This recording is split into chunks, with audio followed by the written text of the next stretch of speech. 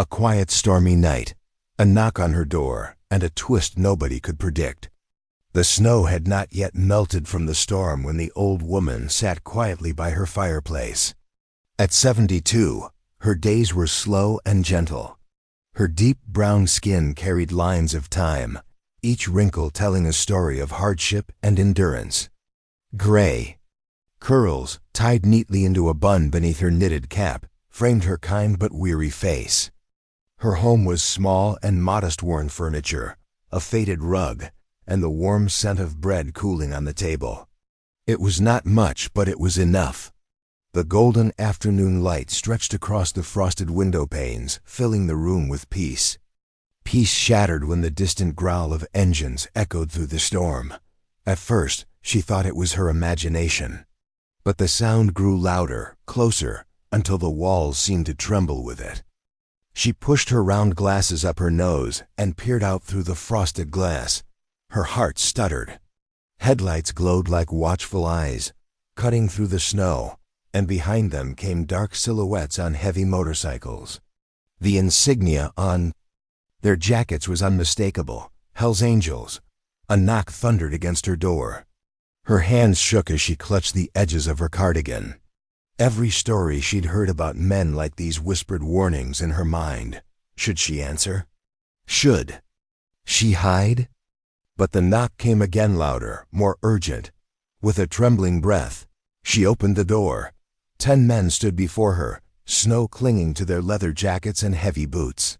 Their faces were hard, beards stiff with ice, but their voices were low, almost pleading. "Ma'am," one of them said, "we don't mean trouble. We just need a place to wait out the storm." She studied them for a long moment.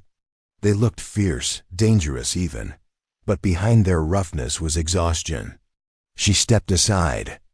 "Come in," she said softly. Inside her little home, the sight was almost absurd. Hulking men, patched jackets, tattooed hands resting nervously on their knees as they sat awkwardly in her flower-patterned living room. The fire crackled as she moved about, ladling soup into bowls, handing out blankets, and warming tea. The bikers surprised her. They muttered, "Thank you," with genuine voices. One carefully removed his boots at the door. Another silently stacked her dwindling firewood. Their leader dipped his head, whispering, "This is the best meal I've had in years." The storm raged outside, but inside her home, there was an unexpected calm. When morning came, the men rose quietly. They thanked her once more, shook the snow from their jackets, and stepped out into the pale light of dawn. Their motorcycles roared back to life, and within minutes, they were gone. She stood at the window long after the sound faded, uncertain whether to feel relief or emptiness. The next afternoon, she was sweeping her porch when a new rumble filled the air. This time it was louder, far louder. She froze, her broom falling from her hands. The street outside her home was lined with nearly 90 gleaming motorcycles, their chrome glinting in the sunlight. Dozens of men stood beside them, leather jackets stretching in the cold air, engines still rumbling like thunder. Neighbors peeked nervously through their curtains. The old woman's breath caught in her throat. She clutched her chest, eyes wide. From the crowd, one man stepped forward, the leader from the night before. He removed his helmet, his voice steady but gentle. "Yesterday, you gave shelter to 10 of our brothers. Today, all of us came to give thanks." Instead of menace, they brought kindness. Some unloaded bags of groceries and stacked them neatly by her door. Others repaired her old wooden fence, hammered shingles onto her roof, and shoveled snow from her walkway. Laughter replaced the rumble of engines. The woman, overcome, wiped tears from her wrinkled cheeks. In that moment, the feared and the fragile stood side by side, bound by something stronger than reputation, humanity. And so the story closes with a truth too often forgotten. Kindness is not weakness, and compassion is never wasted. Sometimes the ones we fear most are those most in need of warmth. And one act of courage, born in the heart of an old woman, can ripple outward to touch an entire community. The storm had raged for hours, a merciless wall of white that buried fences and howled through the trees like a restless spirit. Inside the small wooden house on the edge of town, the old woman sat by her fire, rocking gently in her chair. The crackle of the flames was steady and familiar, a comforting heartbeat in the silence. Her wrinkled hands rested in her lap, a knitted cardigan draped over her thin shoulders. For a moment, the world was quiet, safe, and entirely her own. Then, it came, the sound that did not belong. At first it was faint, a low vibration beneath the scream of the wind. She frowned, tilting her head, unsure if her tired ears were playing tricks. But soon it grew louder, deep and guttural, rising from the distance like thunder rolling over frozen hills. The old woman stiffened. It wasn't thunder. It was engines. Her rocking chair creaked to a halt. She pushed herself up slowly, her wooden cane tapping softly against the rug. The sound was unmistakable now, cutting through the storm in steady bursts. The growl of motorcycles. She shuffled toward the frosted window, each step weighed down by unease. Her breath fogged the glass as she leaned close, her fingers trembling as she pulled back the curtain. At first, the storm swallowed everything, swirling flakes, the blur of white. But then, through the curtain of snow, she saw them. Dark shapes emerging, headlights glowing like hungry eyes in the blizzard. 1, 2, 5, more.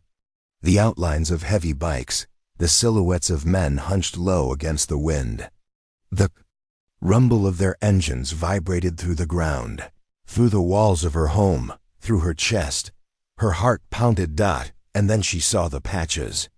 Even through the snow, the insignia on their jackets was clear, bold, unmistakable, infamous. Red and white letters curved around a winged skull. Hell's Angels. Her stomach dropped. She staggered back from the window, her hand clutching her chest. Every story she had ever heard about them rushed forward all at once. Stories of violence, of fear, of men who answered to no law but their own. She had lived long enough to know reputations often grew larger than the truth. But in this moment, under the storm's cruel hand, all she could feel was dread. The engines cut out one by one, leaving behind a heavy silence that was almost worse. Then came the crunch of boots on snow, closer, closer still. Her heart raced, her breath shallow and quick. The old wooden boards of her porch groaned under their weight. And then a knock. It wasn't polite. It wasn't gentle. It was heavy, insistent, the sound of a fist that demanded to be heard. The old woman froze where she stood, her cane trembling in her grip. Her mind screamed warnings. Lock the door, blow out the lamps. Pretend no one's home. But the knock came again, harder this time. The walls seemed to shiver with it. Her legs felt weak beneath her as she shuffled toward the door. Each step was a battle, her breath catching in her throat. She paused just inches away, staring at the simple wooden barrier that separated her fragile world from whatever stood outside. Her wrinkled hand hovered over the latch. Trembling, she closed her eyes, and for a fleeting second, she wished the storm would swallow the sound, that the men would vanish like shadows in the snow. But the silence beyond the door was too alive, too heavy. They were waiting. Fear crawled up her spine, wrapping icy fingers around her heart. Her mind replayed every tale of danger, of cruelty, of people who should never be trusted. And yet, beneath the pounding of her fear was something else. A question. What if the stories were wrong? The wind howled outside, rattling the shutters. The knock echoed again. Her hand pressed to the latch, trembling, torn between shutting the world out and daring to let it in. The old woman's hand trembled on the latch, her breath uneven as the storm clawed at the walls around her. Another knock rattled the wood, heavy and insistent. She whispered a prayer beneath her breath, and with a slow turn, the latch gave way. The door creaked open, and there they were. 10 men stood in the swirling snow, rough-looking and towering, their leather jackets stiff with ice. Snow clung to their beards, their boots sunk deep into the drifts. the insignia on their backs, hells. Angels seemed to burn even through the storm's haze. Their eyes, shadowed beneath helmets and hoods, fixed on her with a weight that nearly buckled her knees. For a moment, no one spoke. Only the wind screamed between them. Then, one of the men stepped forward, his voice low but surprisingly steady. "Ma'am," he said, dipping his head slightly, "we don't mean any trouble. We just need a place to wait out the storm." His words startled her more than his presence. They were not harsh, not demanding, almost pleading. Her heart thundered in her chest. Everything in her mind screamed, "Shut the door, lock it tight." But her eyes lingered on them, snow dripping from their lashes, hands raw from the cold, shoulders sagging with exhaustion. They looked less like wolves at her door and more like men beaten by the storm. With a sharp inhale, she stepped aside. "Come in," she whispered. The men exchanged glances, then filed in slowly, stomping the snow from their boots. Their sighs filled her tiny living room, the air thick with the smell of leather, gasoline, and snow. She expected noise, rowdiness, trouble. Instead, silence hung heavy. The bikers stood awkwardly, uncertain of where to place themselves in such a delicate space. "Sit," she said gently, her voice steadier now, though her hands still shook. She pointed toward her mismatched chairs and the worn sofa by the fire. One by one, they obeyed. The firelight glowed across their rough faces, highlighting lines of fatigue rather than menace. She moved toward the kitchen, her cane tapping lightly on the floorboards, and returned with steaming bowls of soup. Her hands trembled as she set them down on the table, yet the men reached for them not with greed, but with surprising care, murmuring quiet words of thanks. "Best meal I've had in a long while," one muttered after the first sip, his voice rough but sincere. Another, without a word, rose to his feet and crossed the room. She stiffened, but he only bent to pick up the bundle of firewood stacked near the hearth. Silently, he added more logs to the fire, coaxing the flames higher. The warmth spread, chasing the chill from her bones. At the door, another man carefully unlaced his heavy boots and placed them neatly to the side, his socked feet padding softly against the rug. The small gesture, so unexpected, made her breath catch in her throat. The room filled with a different kind of sound now, the clink of spoons against bowls, the low rumble of men speaking in hushed voices, the occasional deep laugh quickly stifled. As if they were afraid to disturb the peace of her home, she sat in her rocking chair, watching them. Fear still lingered at the edges of her thoughts, but it was slowly giving way to something else: confusion, curiosity, and, beneath it all, a reluctant warmth. When one of the men caught her gaze, he lowered his eyes respectfully and murmured, "Thank you, ma'am." The words were simple, but the softness in his tone unraveled. Some of the fear knotted in her chest. She realized then that perhaps the storm outside was not the only one that needed calming. These men, feared by so many, carried tempests of their own. And somehow, in her small, fragile home, she had given them a moment's shelter from the cold, from the world, maybe even from themselves. The fire crackled, the storm howled, and, inside her walls, 10 strangers found warmth where none of them had expected it. The first light of dawn crept through the frosted window, pale and soft, painting the room in shades of silver and blue. The storm had spent itself during the night. Its fury was gone, leaving behind a world hushed beneath thick blankets of snow. The house was quiet now, except for the steady crackle of the fire that had burned faithfully until morning. The old woman stirred in her rocking chair, her joints aching as she shifted. She hadn't slept much, perhaps not at all, but she had rested in her own way. Her eyes drifted toward the sofa, the chairs, the floor where blankets lay tangled and boots lined the wall. For a moment, she thought the night's visitors had vanished like a dream. But then came the sound. A low shuffle, the scrape of chairs, the rustle of heavy jackets being pulled back on. She turned her head and saw them. the men, one by one, standing and stretching in the muted light. Their rough faces looked softer somehow, washed in the morning glow, their eyes clearer than the night before. One of them caught her gaze and dipped his head respectfully. "Morning, ma'am," he said, his voice gravelly but calm. Another folded the blanket he had used and set it neatly on the arm of the chair, as though unwilling to leave disorder behind. Small gestures, but each one struck her with a quiet force. "Thank you," another man said, stepping closer. He didn't offer excuses, nor did he try to explain himself. Just two words, plain and sincere, carrying the weight of something unspoken. She nodded, clutching her cardigan tighter around her frail shoulders. "You're welcome," she whispered, her voice catching against the lump in her throat. They filed toward the door, broad shoulders ducking beneath the low frame. Their boots thudded against the porch boards, the sound heavy in the morning silence. She stood in the doorway, leaning against the frame, watching as they stepped out into the glittering snow. Their breath fogged in the crisp air, curling white. Against the blue of the dawn, the motorcycles, lined in a ragged row, seemed almost otherworldly beneath their coating of ice. Engines coughed and roared to life, one after another, the deep growl rolling across the snow like distant thunder. She flinched at the sound, her heart twisting, not in fear this time, but in something harder to name. The men swung their legs over the bikes, helmets pulled low. Yet before the engines drowned everything, one of them turned in his seat.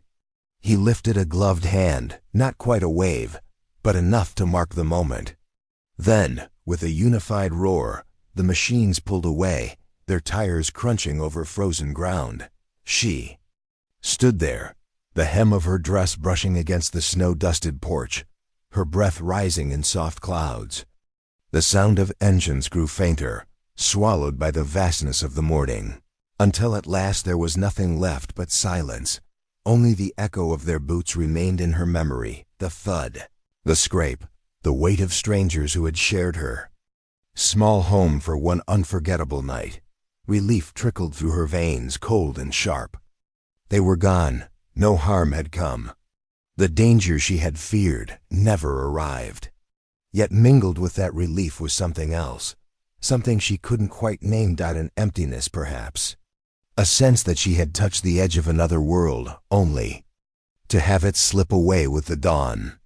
Those men had carried with them storms of their own, and for a few hours, within her fragile walls, she had sheltered not just their bodies but perhaps their burdens too. She closed the door slowly, her fingers lingering on the latch. Alone again, she shuffled back to her rocking chair, the firelight flickering across her face. She couldn't say if she felt safer now or lonelier than ever. The snow outside sparkled in the new sun, but in her heart lingered the shadows of 10 men and the quiet, humbling truth that kindness had bridged a distance she once thought impossible. The afternoon unfolded with a deceptive calm. Sunlight spilled across the snow, glittering like shards of glass, while the old woman sat by her window with her knitting resting loosely in her lap. The storm had passed, but its memory lingered. In the drifts piled high against fences and porches, the silence felt almost holy after the chaos of the blizzard and the unlikely company she had kept through the night. She exhaled slowly, letting her stiff shoulders relax. The night seemed like a dream now. 10 rough strangers gathered around her hearth, softened by firelight and soup. She wondered if anyone would even believe her if she told them. Then it came. The sound, not a murmur this time, but a thunder. A low, rolling growl that shook the glass in her window panes before she even realized what it was. Louder, deeper. A sound that grew until it seemed the earth itself trembled beneath her home. Her heart clenched. She rose from her chair with effort, gripping the windowsill for balance as the rumble swelled into a chorus of engines. When she finally peered through the frost-rimmed glass, her breath caught in her throat. Not 10, not even 20, nearly 90. Motorcycles stretched down her narrow street, chrome glinting beneath the pale sun. Their frames gleamed with ice, engines roaring in perfect, intimidating harmony. A sea of leather jackets and steel helmets moved as one, filling the road with an energy that made the quiet neighborhood shiver. She stumbled back from the window, hand pressed against her chest. Why are they here? Across the street, curtains shifted. Neighbors peeked from behind lace-in blinds, their faces pale, their whispers carrying in the air. Fear rippled through the block like a second storm. To them, the arrival of the Hells Angels could mean only one thing: trouble. But she, standing frozen in her small home, wasn't certain. She remembered the way one had removed his boots at her door, the way another had murmured, "Thank you," M-A-M, with unexpected softness. Those memories flickered inside her as the engines quieted one by one, leaving behind an unnerving silence. The crowd of bikers parted slowly, like dark water opening to reveal a single figure at its center. He walked forward, tall and broad, his leather jacket bearing the same insignia that had once filled her with dread. Snow crunched beneath his heavy boots. He stopped at the foot of her porch. With deliberate slowness, he removed his helmet. Scar ran down one cheek, his beard thick with streaks of gray, his eyes sharp yet steady. When he looked at her, his gaze carried no menace, only gravity, as if the weight of the moment rested squarely on his shoulders. His voice, when it came, was deep and unwavering. "Yesterday," he said, his words carrying across the hushed street, "you gave shelter to 10 of our brothers." The old woman gripped the frame of her door, her knuckles white. Every eye in the neighborhood seemed fixed on her, waiting for the outcome of something they did not understand. The man's gaze softened, and his voice lowered, though its strength did not falter. "Today, all of us came to give thanks." The words hung in the cold air, as startling as they were impossible. The roar of engines, the sea of leather, the frightening presence of nearly 90 men, none of it had come with threat, but with gratitude. Her lips parted in a gasp, though no words escaped. Behind the leader, row after row of bikers stood silent, helmets in hand, their heads slightly bowed, not in defiance, not in intimidation, but in respect. The street, so often quiet and ordinary, now held a moment no one would ever forget. The old woman, trembling in her doorway, felt the fear in her chest slowly unravel into something she had not expected at all, an ache of humility, of wonder, of awe. The quiet of the afternoon was shattered once again, but this time not by the storm. The low hum of engines rolled across the snow-covered street, deeper, louder, and more insistent than before. The old woman pressed a trembling hand to her chest. As she peered through the frosted window, her eyes widened in disbelief. Not 10, not 20. Nearly 90 motorcycles glinted in the pale sunlight, lying neatly along her narrow street. Helmets caught the light, leather jackets glinting with frost, forming a living wall of men that stretched as far as her eyes could see.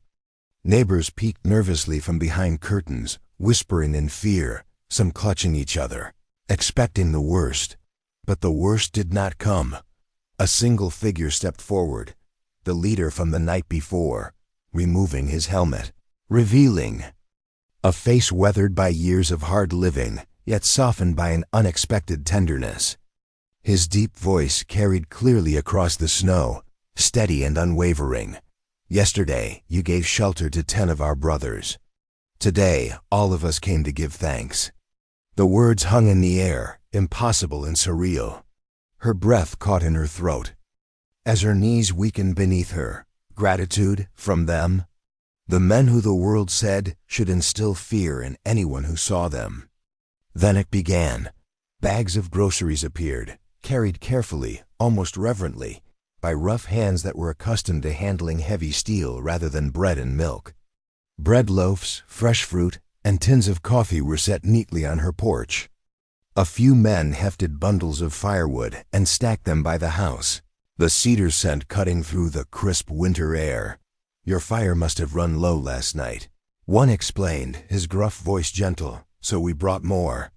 She pressed her hands to her mouth, fighting tears, her chest swelling with disbelief. She had braced herself for threat, for chaos. Yet here was nothing but care. A group of bikers turned toward her broken fence, hammers and nails in hand. Wooden posts had leaned for years, worn by storms and time, but they worked together with surprising skill, reinforcing the structure until it stood straight and sturdy. Another group shoveled her walkway, tossing snow aside with efficiency and even a touch of playfulness. A few laughed, deep booming chuckles that echoed across the street, swapping teasing remarks as though this were a game, not the feared chaos anyone would expect from Hell's Angels. Laughter, warmth, humanity. The old woman's tears fell freely now. She wiped at her cheeks with the hem of her cardigan, her frail body trembling from the overwhelming sensation of awe and gratitude. She had lived years in quiet solitude, tending her home as best she could, never expecting such an outpouring of kindness from strangers. Men's society warned her to fear. One man knelt to inspect her porch, tightening loose boards and straightening uneven planks, while another climbed carefully onto her roof, patching the worn shingles with care. The afternoon sun gleamed on the small acts of labor, highlighting the transformation taking place. Her home, once worn and lonely, was alive with motion, laughter, and restoration. Neighbors remained at their windows, whispering in astonishment. The feared bikers had traded their usual edge for humble labor, their power replaced by generosity. The street itself seemed brighter, the snow sparkling more brilliantly, as if it had been swept clean not just of winter, but of fear and doubt. Old woman took a tentative step outside, her frail frame dwarfed by the towering men around her. She inhaled the crisp air, tinged with the scent of cedar and freshly turned snow, and allowed herself to smile through the tears. Why are you all doing this?" she asked, her voice trembling yet filled with wonder. The leader glanced at her, a soft smile breaking across his scarred face. "Because yesterday you saw men, not monsters, and you opened your door." In that moment, the transformation was complete. Her home, her street, her heart all had been lifted by an act so unexpected it seemed almost unreal. What had begun as fear had blossomed into awe. What had been a normal winter afternoon had become a testament to the power of kindness, compassion, and the courage to see humanity in those the world feared most. The snow sparkled, the air hummed with laughter and labor, and the old woman stood at the center of it all, overwhelmed, grateful, and forever changed. The sun had begun its slow descent, casting long golden shadows across the snow-blanketed street. The storm was gone, the engine silenced, and the neighborhood had finally begun to breathe again. But the old woman remained on her porch, hands folded over her chest, eyes wide and glistening with tears. Her home, once modest, quiet, and lonely, had been transformed by the unexpected kindness of those she had feared around her. The bikers packed their motorcycles with quiet efficiency, but there was no hurry, no harshness. Some lingered a moment longer, offering a nod, a wave, or a soft "thank you, ma'am," before climbing onto their machines. The air held an unusual warmth, a tangible sense that something extraordinary had taken place. She looked at her home, her street, her carefully repaired fences, cleared walkways, and stacks of firewood, and she realized kindness, even when it comes from the most unexpected sources, can change everything. The fear she had felt, the stories she had been told about men like them, could not withstand the force of genuine humanity. Neighbors peered from windows, their expressions a mixture of disbelief and awe. They had witnessed what she had, a small act of compassion, a door opened to 10 cold, desperate men rippling outward into a gesture that reached nearly 100 lives. The lesson was undeniable, clear as the sunlight reflecting off the snow. Respect and empathy are not earned through appearances, titles, or fearsome reputations, but through the courage to see the humanity in others. The leader of the group paused at the edge of the street, turning back one last time. His eyes met hers, and she felt the weight of the unspoken gratitude between them. "Take care of yourself," he said simply. No ceremony, no grand speech, just the plain truth of acknowledgement and respect. The motorcycles roared to life, filling the empty street with their synchronized growl. And then they were gone, leaving behind silence and a lingering sense of awe. The old woman stayed on her porch long after the last engine faded, letting the lessons of the day settle into her heart. She thought of the night before, the cold, the fear, the moment she had hesitated before opening the door. She remembered how quickly judgment had filled her mind, how instinct had warned her against trusting strangers. And yet, one simple choice, one act of courage and compassion had produced ripples far beyond her small home. The lesson was simple, yet profound. Greatness does not always wear fine clothes or live in grand houses.